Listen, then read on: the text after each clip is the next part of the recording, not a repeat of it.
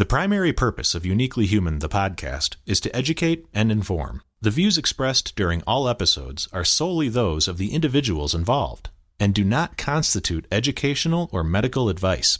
Listeners should consult with professionals familiar with each individual or family for specific guidance. Uniquely Human, the podcast, is produced by Elevated Studio. Music is graciously provided by Matt Savage of Savage Records.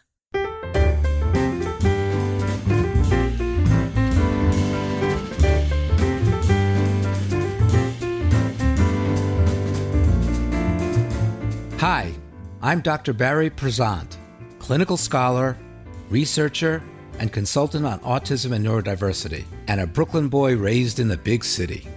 And I'm Dave. I'm none of those things, and I grew up on a farm in Illinois.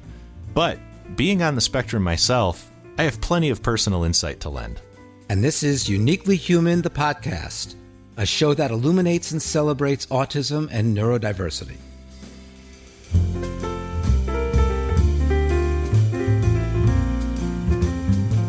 Wanted to just give another shout out to our newest partner, AEP Connections. AEP Connections, for our listeners, by the way, is just this really awesome, it's kind of like a neurodiversity-centric hub for professionals, educators, clinicians, families, individuals to basically learn and access subject matter experts from all the different avenues into autism and neurodiversity.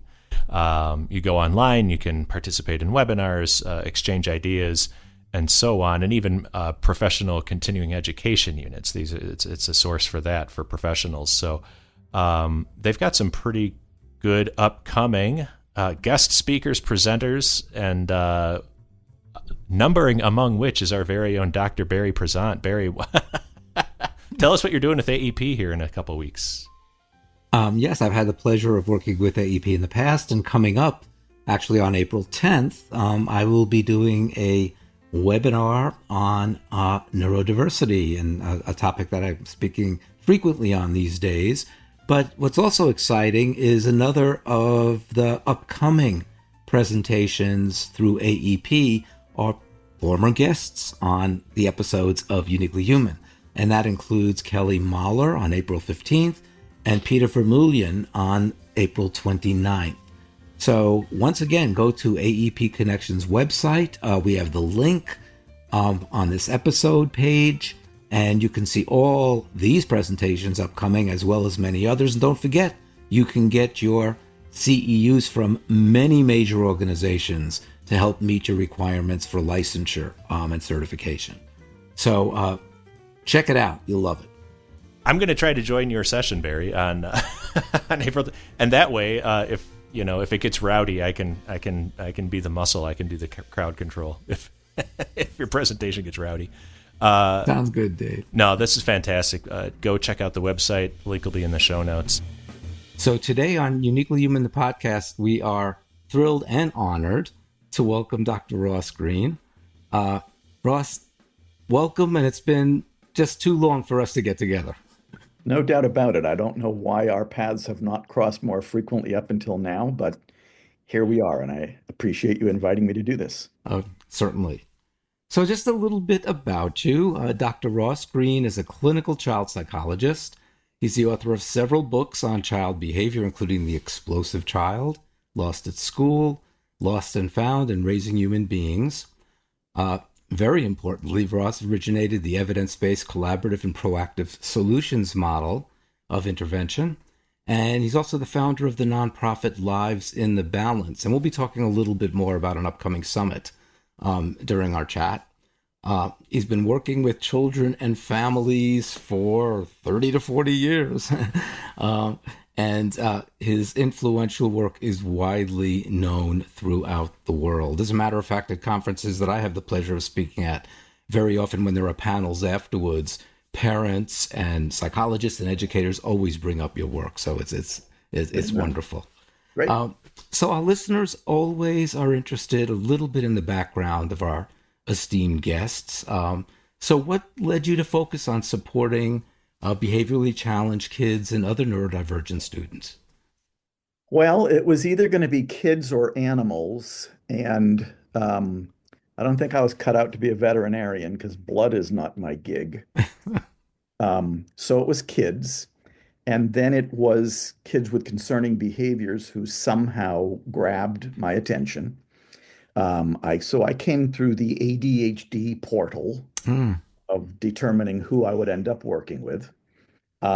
I was trained behaviorally, and fortunately, it was ADHD kids who taught me very early on that my training may have left something to be desired because I mm, was trained to believe that the reason kids had concerning behaviors is because their parents were passive, permissive, inconsistent, non-contingent, inept disciplinarians. mm, And then what I noticed is that in kids with ADHD, in many of them, I was thinking that when I was started working with them. And then the minute the kid went on a medication that was helpful to them, all of a sudden, they often didn't have concerning behavior anymore. mm, And the medicine was being given to the kid, which means it didn't do anything about the passive, permissive, inconsistent, non-contingent, inept disciplinarian parents. That got me looking a whole lot closer at the research mhm, on skills that kids with concerning behaviors tend to struggle with.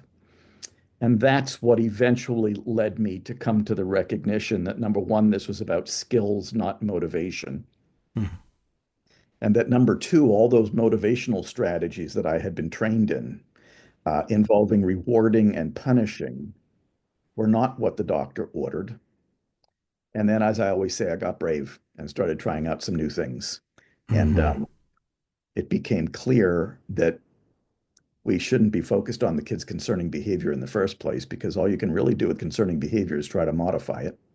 mm, We should be focused on the expectations the kid was having difficulty meeting that were causing the concerning behavior, mhm, or what we call unsolved problems. And the rest of the last few decades have been me spending time refining the problem solving piece so that it's easier for people to do. mm. Very much consistent with what many folks now call the social model of disability, that this is not something that is wrong or broken within the child. We need to look at ourselves. Yes. Right. Well, if you move the attention away from the parents, if you stop saying it's their fault, there's the temptation to say, well, then it's the kid's fault. There's something the matter with the kid, but we don't want Mm, to make that mistake either, right? Yes, the research does tell us that what distinguishes kids with concerning behaviors from other kids who do not have concerning behaviors has more to do with skills, but that doesn't mean we're blaming anybody. That explains it. mhm, Uh, Good thing to know that this kid is having difficulty with flexibility and adaptability and frustration tolerance and problem solving and emotion regulation.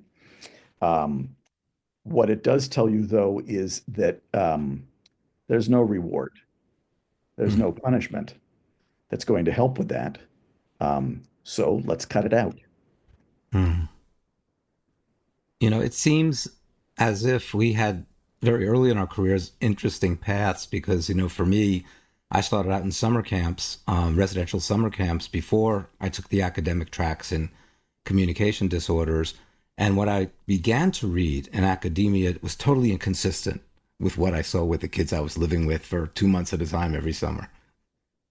It's funny because I started out in summer camps too, but not therapeutic summer camps, not residential summer camps, just regular summer camps. Mhm. That's when I knew that I wanted to work with kids.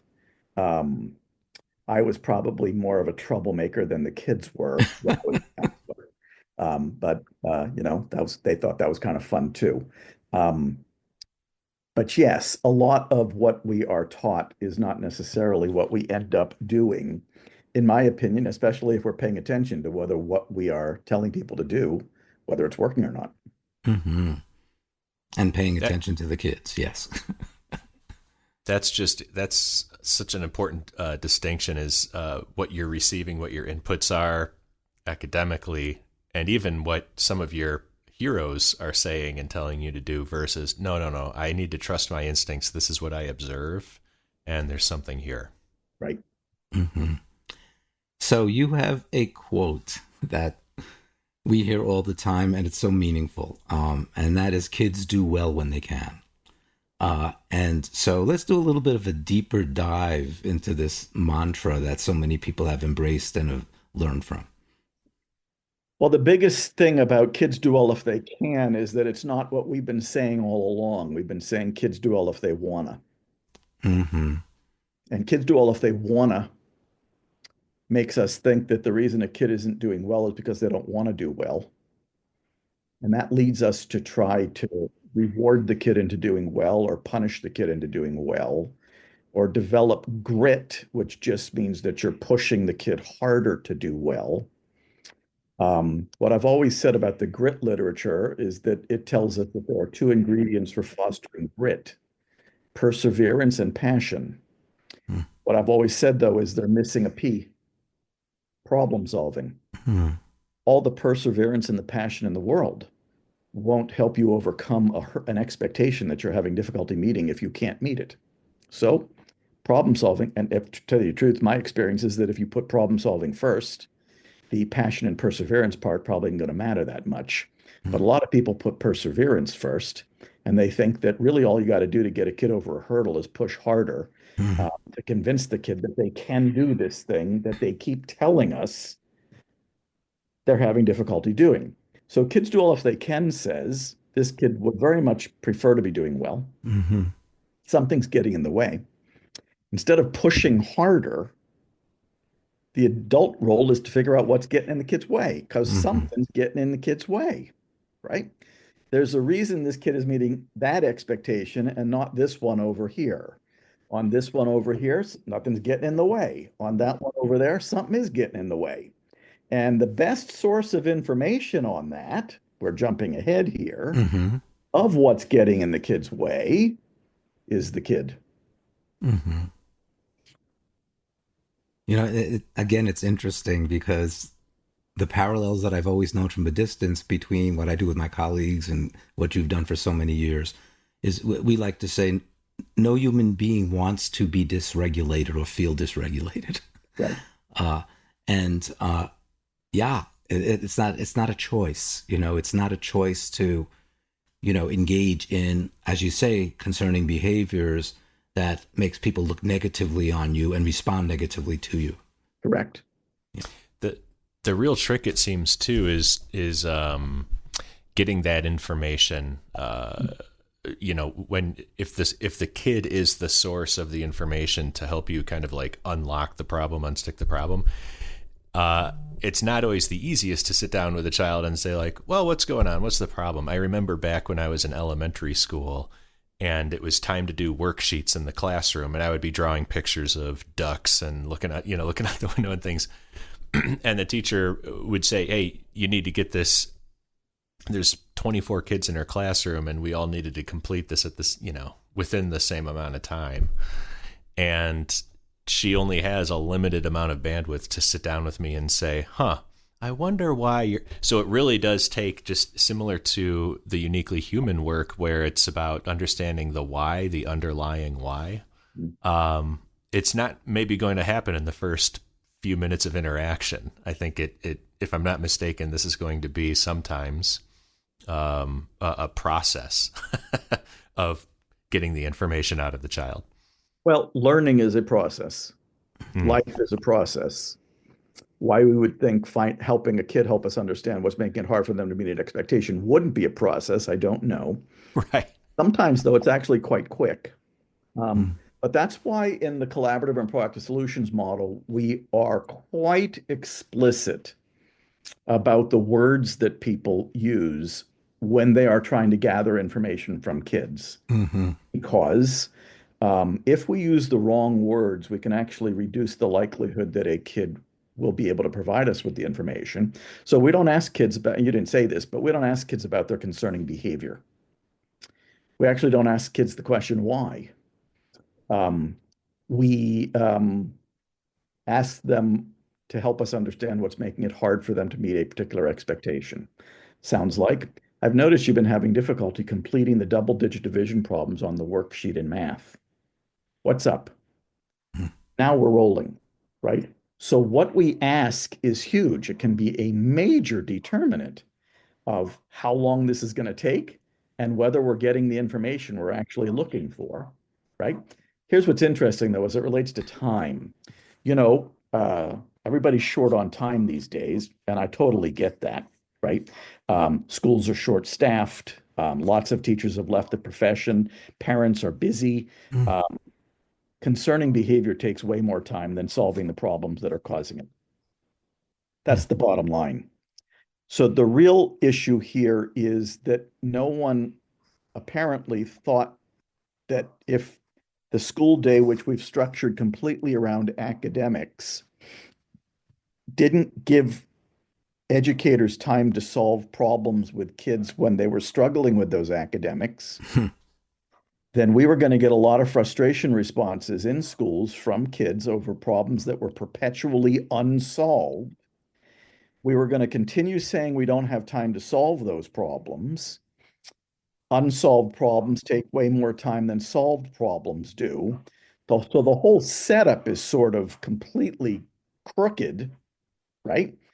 Meanwhile, we're putting all kinds of pressure on educators that is all about academics, right? Um, we have a president who is saying that we spend more money than any other country on kids and we're not getting the results we're looking for, Hmm. which could be interpreted, this is not a political statement, but it could be interpreted as yet again saying to educators they're not doing a good enough job and they should focus even harder on academics. Be careful. My experience is that it's not because teachers aren't focusing hard enough on academics. It's that we never give them time to solve problems with their students. And so a lot of problems remain perpetually unsolved. That takes an enormous amount of time. Hmm. And the academics that may be too challenging could actually, of course, be the triggers for a student 80% of the feeling, time, in my estimation. wow, yeah. And developmentally inappropriate expectations, even developmentally inappropriate expectations for how long a student could sit sedentary in a seat and process. Um, if you rewound the tape on the vast majority of expectations a student is having difficulty meeting, whether it's causing concerning behavior or not, um, you would find an expectation you already knew the kid couldn't reliably meet. Hmm. And this is why in the CPS model, we talk a lot about what we call expectation management. Mhm. Once again, this issue flows from the fact that we just continue to put more and more pressure on educators to focus on academics and getting every kid over the same bar by the end of the school year, right? Mhm. My definition of good teaching is every kid is their own reference point, Mhm. meeting kids where they're at, being responsive to the hand you've been dealt.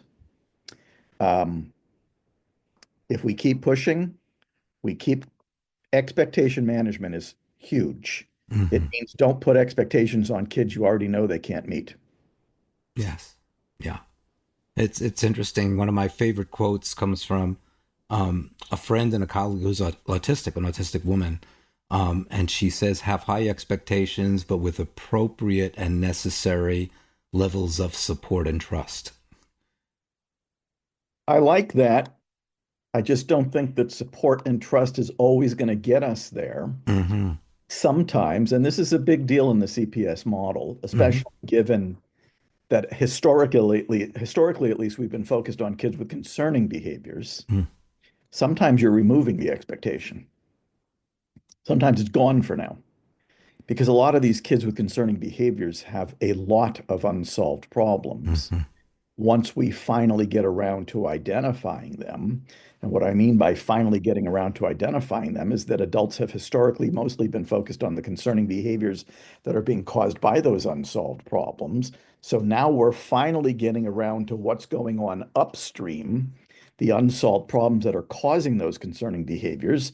And the kids in schools who are getting in trouble the most typically have quite a few unsolved problems. Most of them, once again, well, they're all expectations the kid is having difficulty meeting, otherwise, it wouldn't be an unsolved problem. Hmm. But a lot of them are expectations people already know the kid can't meet.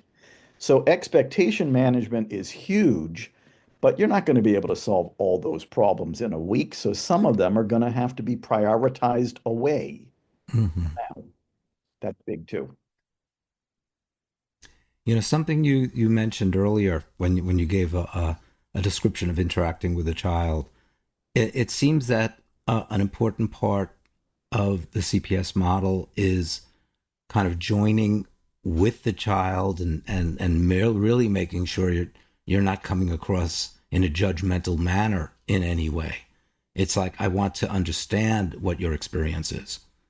And that is a very uniquely human thing to do. Hmm. Number one, you're treating the kid like they're a human being.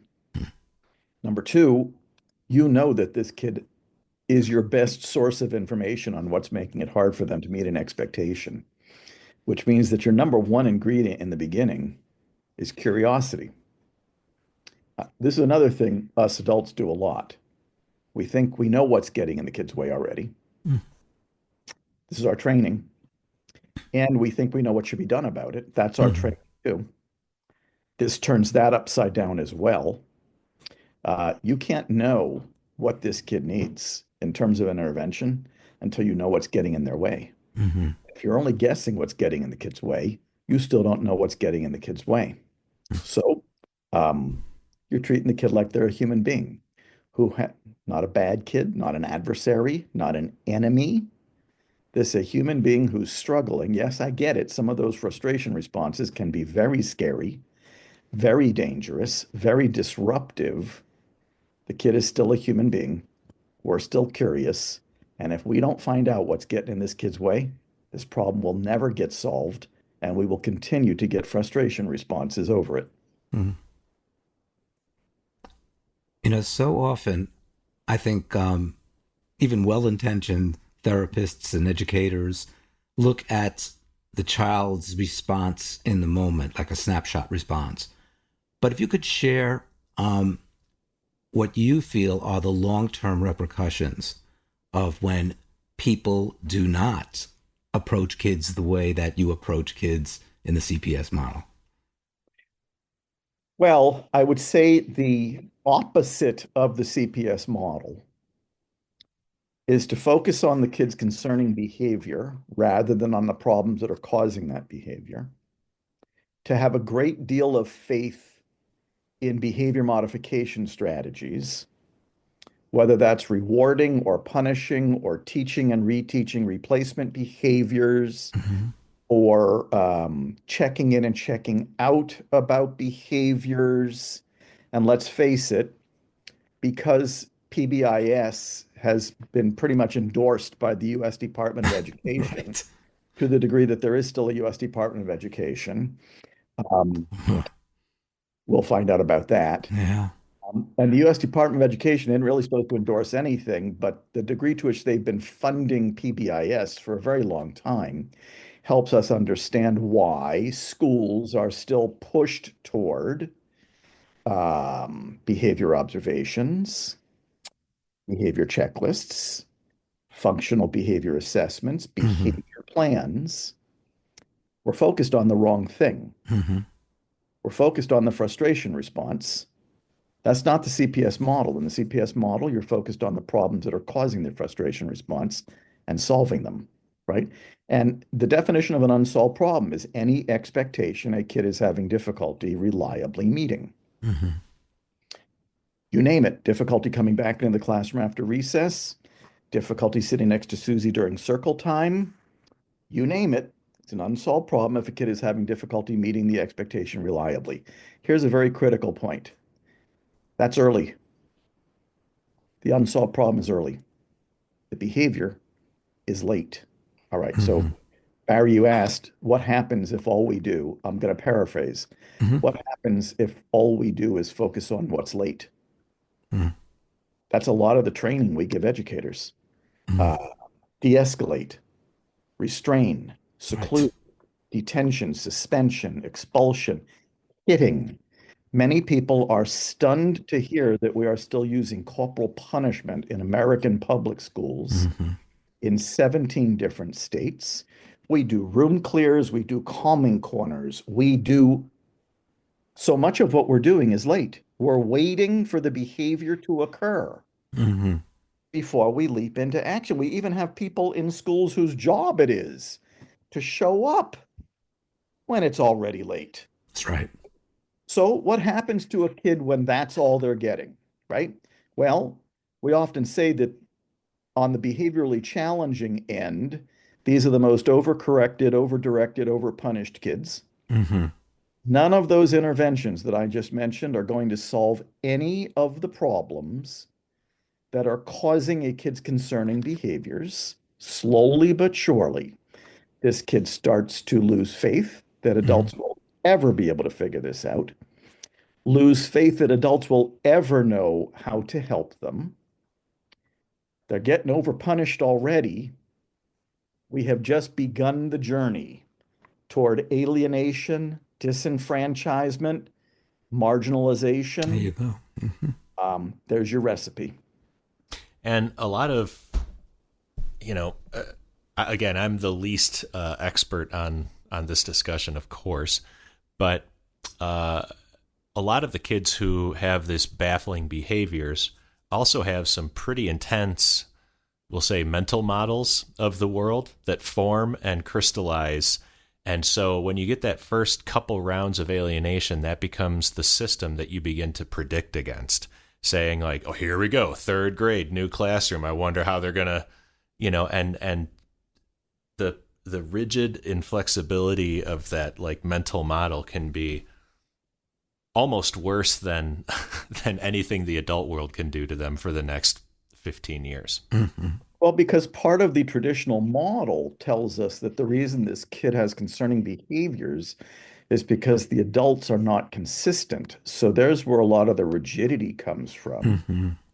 E.F. Skinner told us that to change a behavior, the consequences of the behavior need to be as proximal to the behavior as possible, which makes a lot of people think that we are in a big hurry to punish the kid as proximally to the concerning behavior as possible. But here's what's interesting. By the time the behavior occurs, you're already late. What's the rush, right? Let's set this up so that we're early. What would it look like if we started focusing on the problems that are causing the behaviors, not the behaviors themselves, right? There goes your detention, suspension, expulsion, paddling, teaching and reteaching replacement behaviors, checking in and checking out. Those aren't problem-solving strategies. Hmm. What if we had an instrument, and we do in the CPS model, it's called the assessment of skills and unsolved problems, that schools can use to identify those unsolved problems proactively so that we can solve them proactively. These are not what ifs. We have schools that are doing this already, right? The big question we should be asking ourselves is, what would it look like if we were going to start really trying hard to be early rather than relying so heavily on the interventions that are all about being late? Hmm. Huge. Yeah, in my case, again, just drawing from, it didn't matter what, it doesn't matter what era of my life we're looking at. If we're looking at me in elementary school, college, or even now as a 47-year-old in the semiconductor industry, Mm. it if somebody will frame to me up front, take an additional 2 minutes and frame to me what it is, the context that we're talking about, what they will need me to do by the end of this exchange, and all of that. It's a very weird, almost computer programming sort of way to go about it. But if they do that, they get exactly what they need, and in some cases better than what they would have asked for in the first place.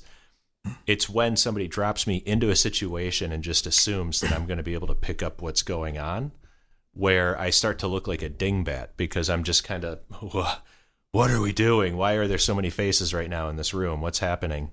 But at the same time, I can't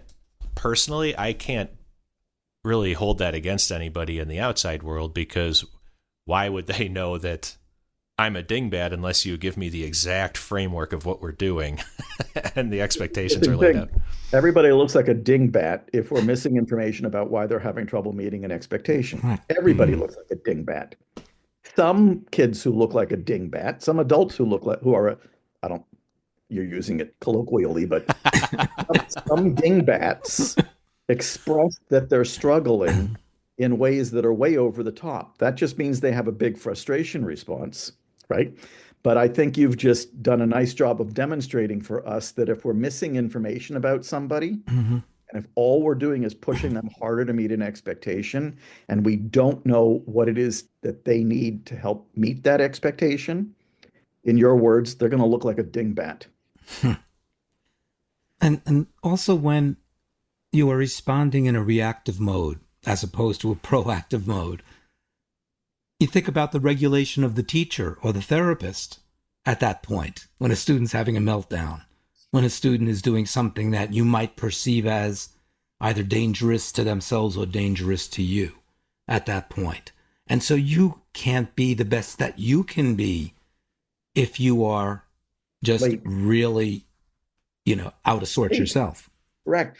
This is why, while I appreciate that we are training teachers to stay on top of their own emotion regulation, that's fine, but it's late. Mm-hmm. We'd be in a lot better shape if we were setting them up to be early than telling them that they got to keep their emotions under control Right. once they're already late. Yes. And even the way some human beings, teachers, therapists, kind of stay well regulated emotionally, it still comes across as less than human to the student that you're with. None of us is at our best in the heat of the moment. Exactly. Lord knows I'm not. But Yeah. this is the interesting thing. That's why a major focal point is to not be late. So much of what we teach people to do is what to do once it's already late. I can't stand it. We've got to start setting things up to be early. And quite frankly, most schools are not set up that way, but the technology is there. We are talking with Ross Greene, and we will be right back. That's an obsession. No, that's an enthusiasm. That's my jam. That's my jam. One thing just I can do, part of who I am. Hi everyone, this is Noah coming to you with the enthusiasm of the day. Today's enthusiasm comes from Samantha in Nevada. She says, I'm a late diagnosed autistic adult, and I'm also a handbell player. I learned in a youth bell choir at a local church and gradually worked my way up to community ensembles. Twice now, I've shared the stage with the Reno Philharmonic Orchestra as part of their annual Spirit of the Season show at Christmas, where they invite local performing groups to participate. Recently, I've been trying to make the jump from just playing bells to arranging and composing music. This fall, I started music classes at my local community college. Wow, that is so cool. It's amazing the journey you described of, starting as a community handbell player from the local church and working your way up to, it sounds like playing semi-professionally, and then thinking about your passion as a way you can work that into your career with composing music and arranging music, because I'm sure there's a lot of carryover between the complex arrangements of the bells and music that might be in film or theater or lots of other types of arrangements. Funny enough, I'm actually enthusiastic about music and composing myself. So I definitely understand where you're coming from. And going ahead and taking the classes at the community college is a great way to kind of bridge that gap and take what you're passionate about and learn more about it, and then be able to do that for a career. So thank you, Samantha, so much for sharing. Back to you, Barry and Dave. So thanks to American behavioral psychology, we've all been indoctrinated into operant conditioning models. So my question is, for so many parents who grew up that way, I'm curious about questions that parents have and when they hear about and learn about the CPS model, how they respond to that, especially those who grew up in a very traditional disciplinarian mode, just based upon their own experiences as kids. Well, yes, you're right. That is the standard. That's the status quo. So when I'm working with individual families in the first meeting, the first question I'm usually getting asked is, tell me what to do. My next question is, what are you doing now? And I'm usually hearing about sticker charts and timeouts and other forms of reward and punishment. And then my next question is, how's that working for you? And often what I'm hearing next is, well, it's working for one of my kids, but not for the one I'm here for. So I can't tell you what to do. What I got to figure out first is I got to figure out what kind of hand you've been dealt here, right? Because you're telling me that the status quo is working for one and not the other. Work with a lot of kids who are the other, right? And I got some questions to ask you about your kids so I understand them. Not necessarily why the rewarding and punishing isn't working, but notice we've now established that the rewarding and punishing isn't working. So if you came to my office hoping that I would tell you a better way to reward and punish your kid, I'm the wrong guy, right? Not going to tell you a better way to reward and punish your kid. And by the way, back in the day when that was my training, when people would come in and tell me that they had already done the reward and punishment program, my thought was, well, they must have done it wrong. I'll teach them how to do it right, right? I can put together a token system better than anybody, right? They probably got somebody who is lousy at token systems. I'll flesh out why that token system didn't work the first time, the first 8 times, right? We'll make sure the 9th time's the charm, right? But then I started noticing, first of all, this is not about motivation anyways. This is about skills. And most importantly, this kid doesn't look like they have oppositional defiant disorder full time.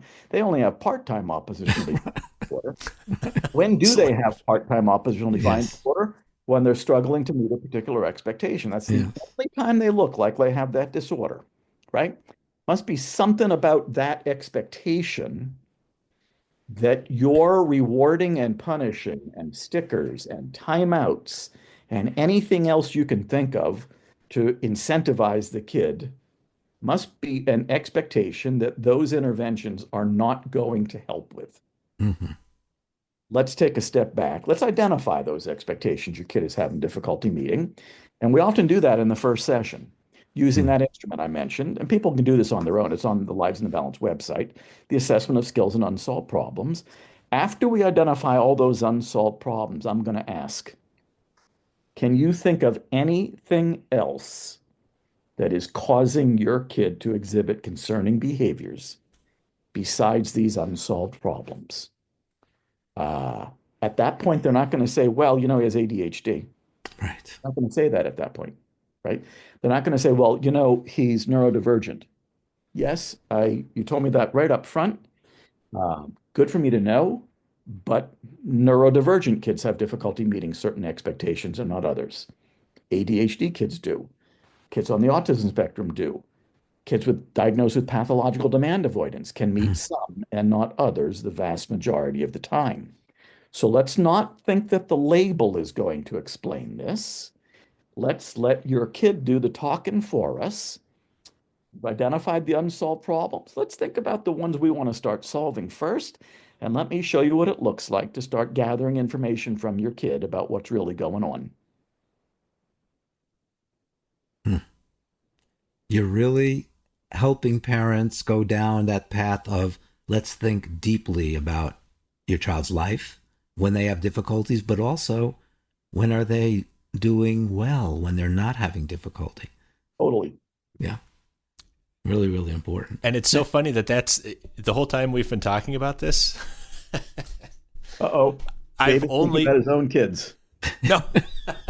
My kids are such better humans than I still am. I kind of look to them as the model for how to live. But I've only been thinking about like problem. Like I keep going back in my own mind during this conversation. My dad is a farmer. He had a field that was chronically flooding every spring, and it came out of nowhere. And he thought, "Is there a spring now under my field? What is going on?" And he He just took 10 minutes and walked up and down a small drainage creek that he thought was a dry creek bed. And it turns out beavers had dammed up this creek to the point where it was now flooding his field. And so he went upstream, cleared the dam, and now his field doesn't flood. And it seems so there must be a problem. Let's go fix it. And like you said, that's late. That's after you can avoid the problem. But what I haven't been thinking about for the last 37 minutes of this conversation is, what about when there's not a perceived problem? What about when things are going great? And that has to be a huge part of this equation or this landscape. Absolutely. It can be, certainly in my work, these are not necessarily easy kids to like. Often they're punching holes in walls, they're hitting people. It depends on how big their frustration response is, right? An important point is that no matter how big or small the frustration response, it's still communicating the exact same thing. There's an expectation the kid is having difficulty meeting, right? One of the things and this is not hard for me because I haven't met a kid I don't like yet, but I got parents coming into my office who don't like their kid very much. And it's understandable, right? One of the things I want to make sure they know is that this is a great kid. If we got rid of these big frustration responses, and if we started solving some of these problems, this would start becoming a very likable kid again. Actually does a lot of things well. And there's a lot to be said about this kid. Yes. That sometimes gets clouded by, the field that's flooding. I'm hoping your father also paid attention to the fields that weren't flooding and Yes. said to himself, you know what, I must be a pretty good farmer, except that one field that keeps flooding, right? So this is working for me, except I still have a problem that needs to be solved. Yeah.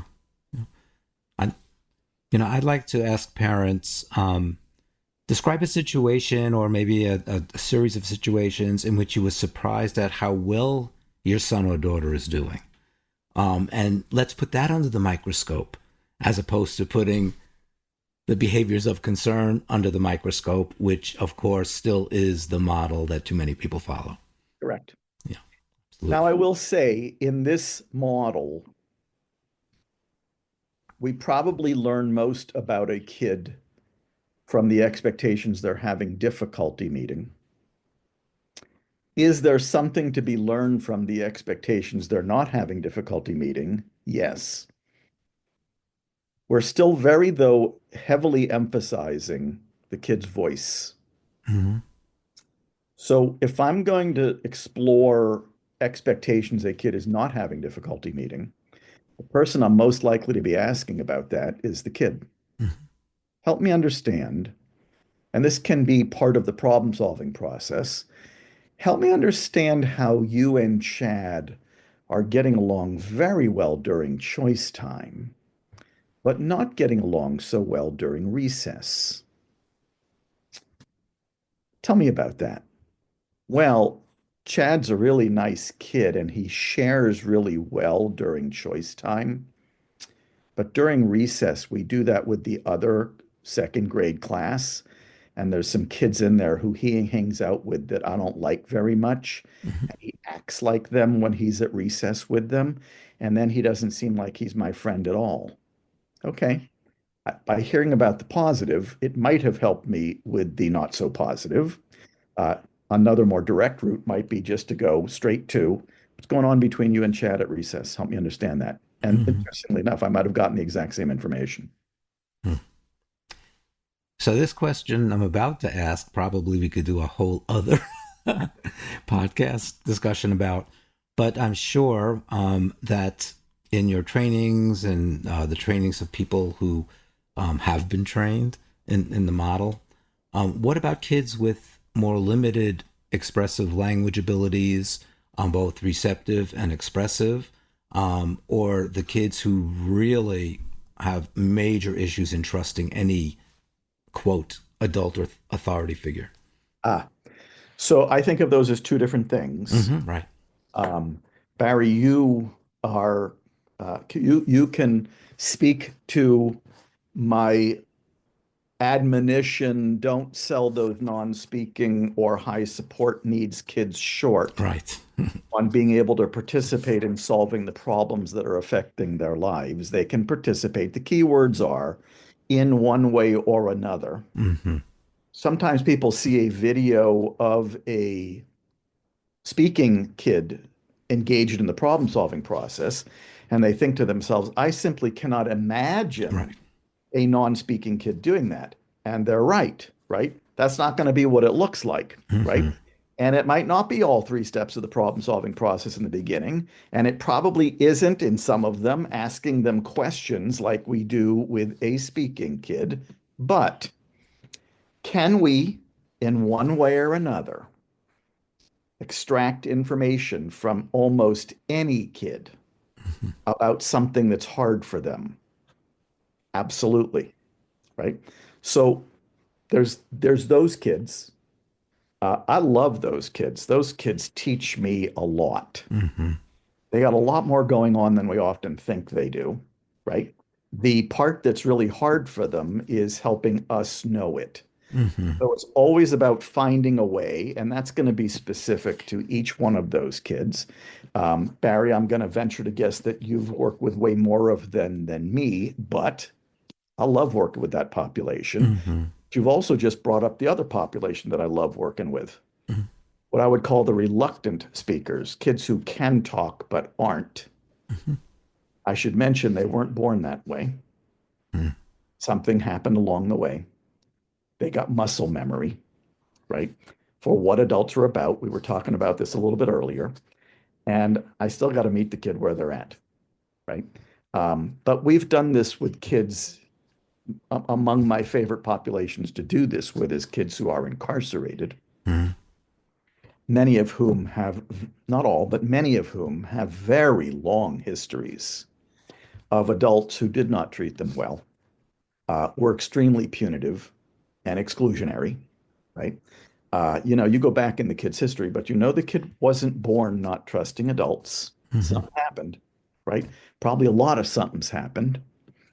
And as trustworthy as I am, as why wouldn't you want to talk to me? Mm-hmm.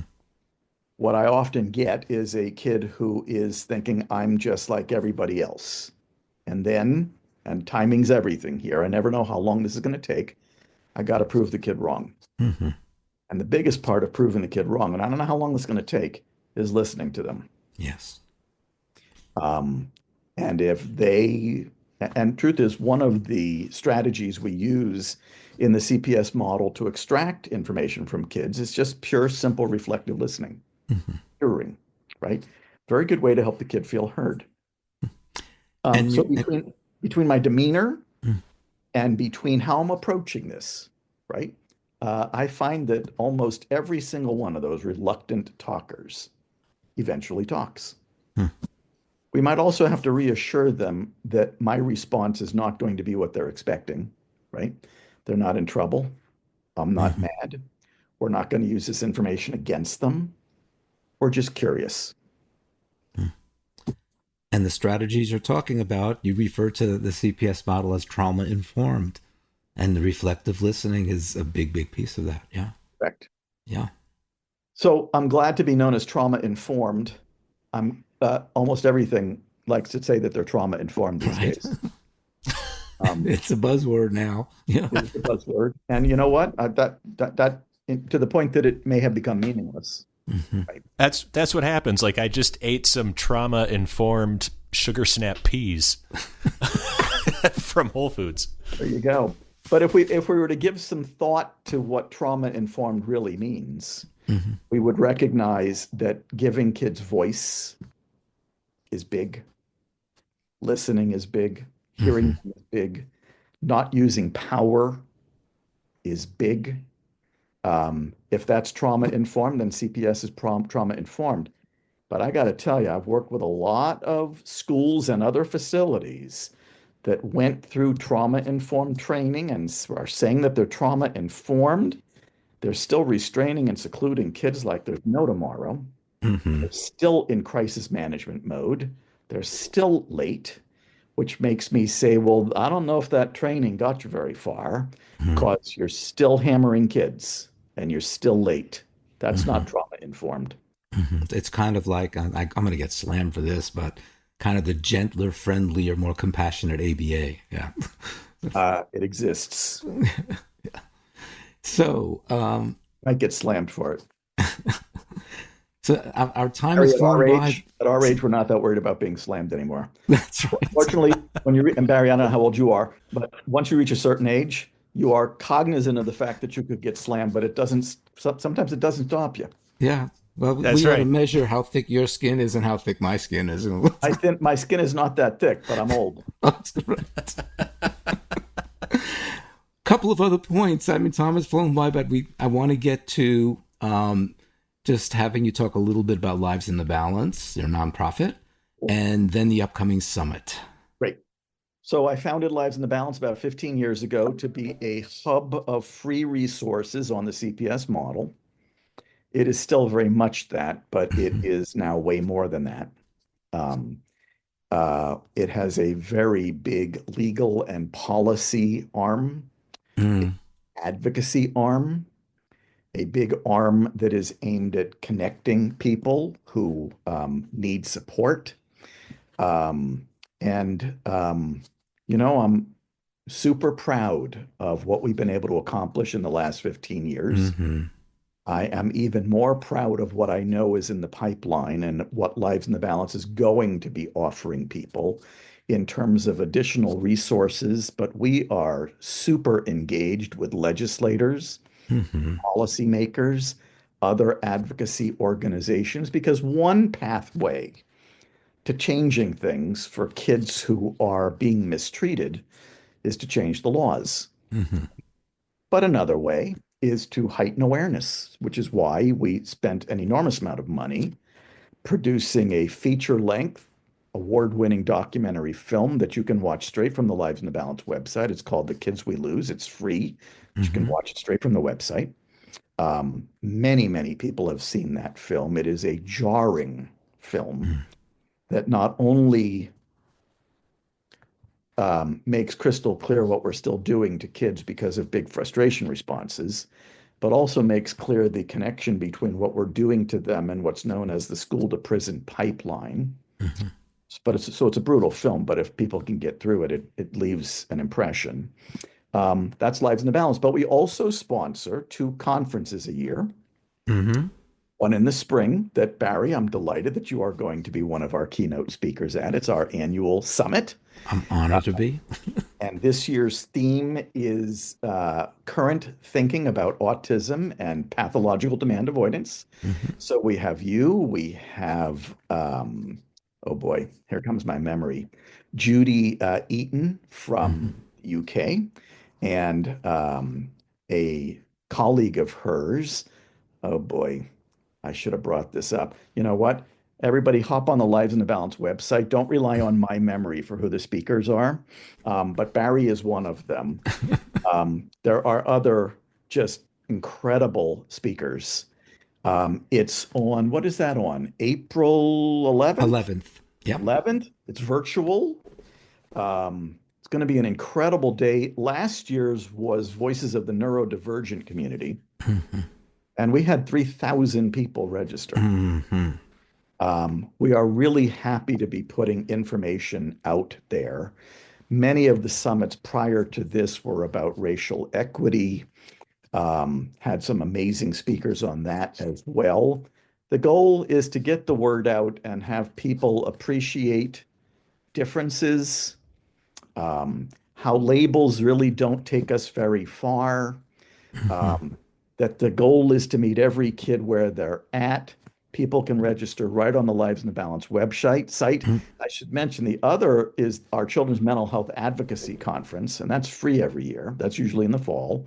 That's where we bring together, it's virtual as well, everybody all over the world who's focused on legislation and advocacy on a lot of these issues. So those are our 2 conferences. I'm glad the one is coming up. And Barry, once again, I'm really glad you're going to be part of it this year. Yes. And we will put links to the Lives in the Balance website and any other links you share with us That will be on the episode We'll page. make sure that people have the summit link as well. Yeah, absolutely. Right.